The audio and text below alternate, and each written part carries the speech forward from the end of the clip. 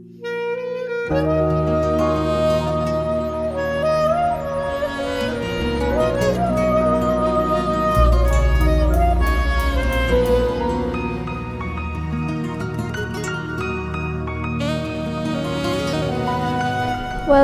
my name is Rula Al-Abdulrazak. My interests, I'm in management from the beginning.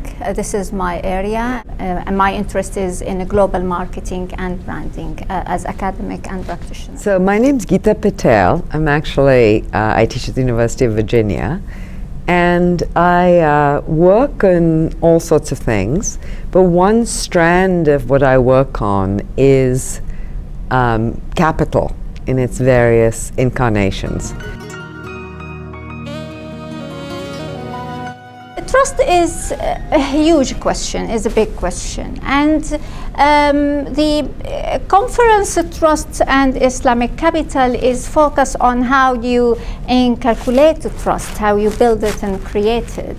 And make it happen across communities through business transactions. So it's beyond the success of a business, how the success of a business makes a difference between relationships and trust between communities. One of the things I was interested in was questions of equity, right? And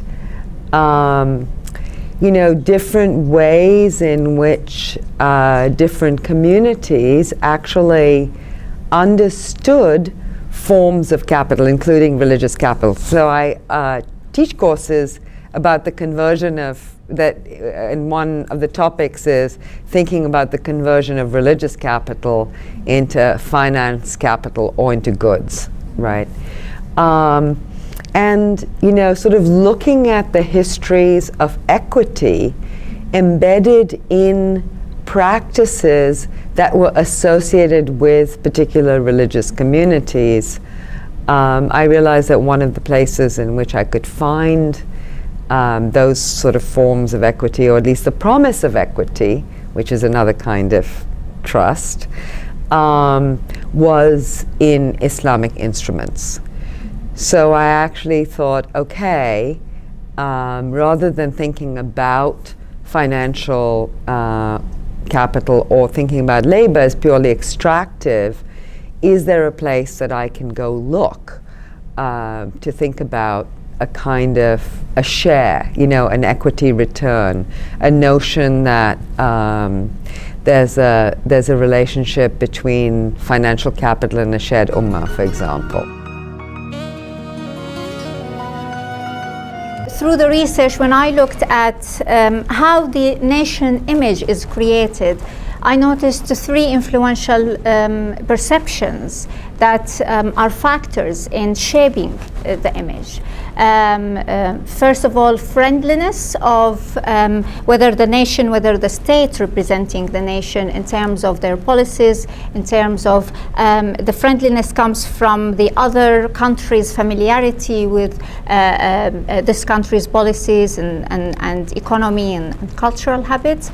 And when they are familiar with it, they notice what's similar to their own. And when there are similarities, they perceive you as more friendly. So the friendliness was an important element. But then when friendliness is achieved, then you have, you open the door for trust. Because to trust you, I need to understand you. And to understand you, you need to be familiar to me. So friendliness comes and then trustworthiness. When trustworthiness is achieved in a way that I can trust you, so I'm very open to deal with you, whether I come to work in that country, whether I visited as a tourist, whether I come to study or invest or trade. I will be looking at these influential perceptions into nation image and link them with and re-examine them in the context of brands associated with the Islamic context. So with reference to Islam, how the brand image of a product or a service can be, to what extent can be influenced by the trustworthiness and friendliness of a nation.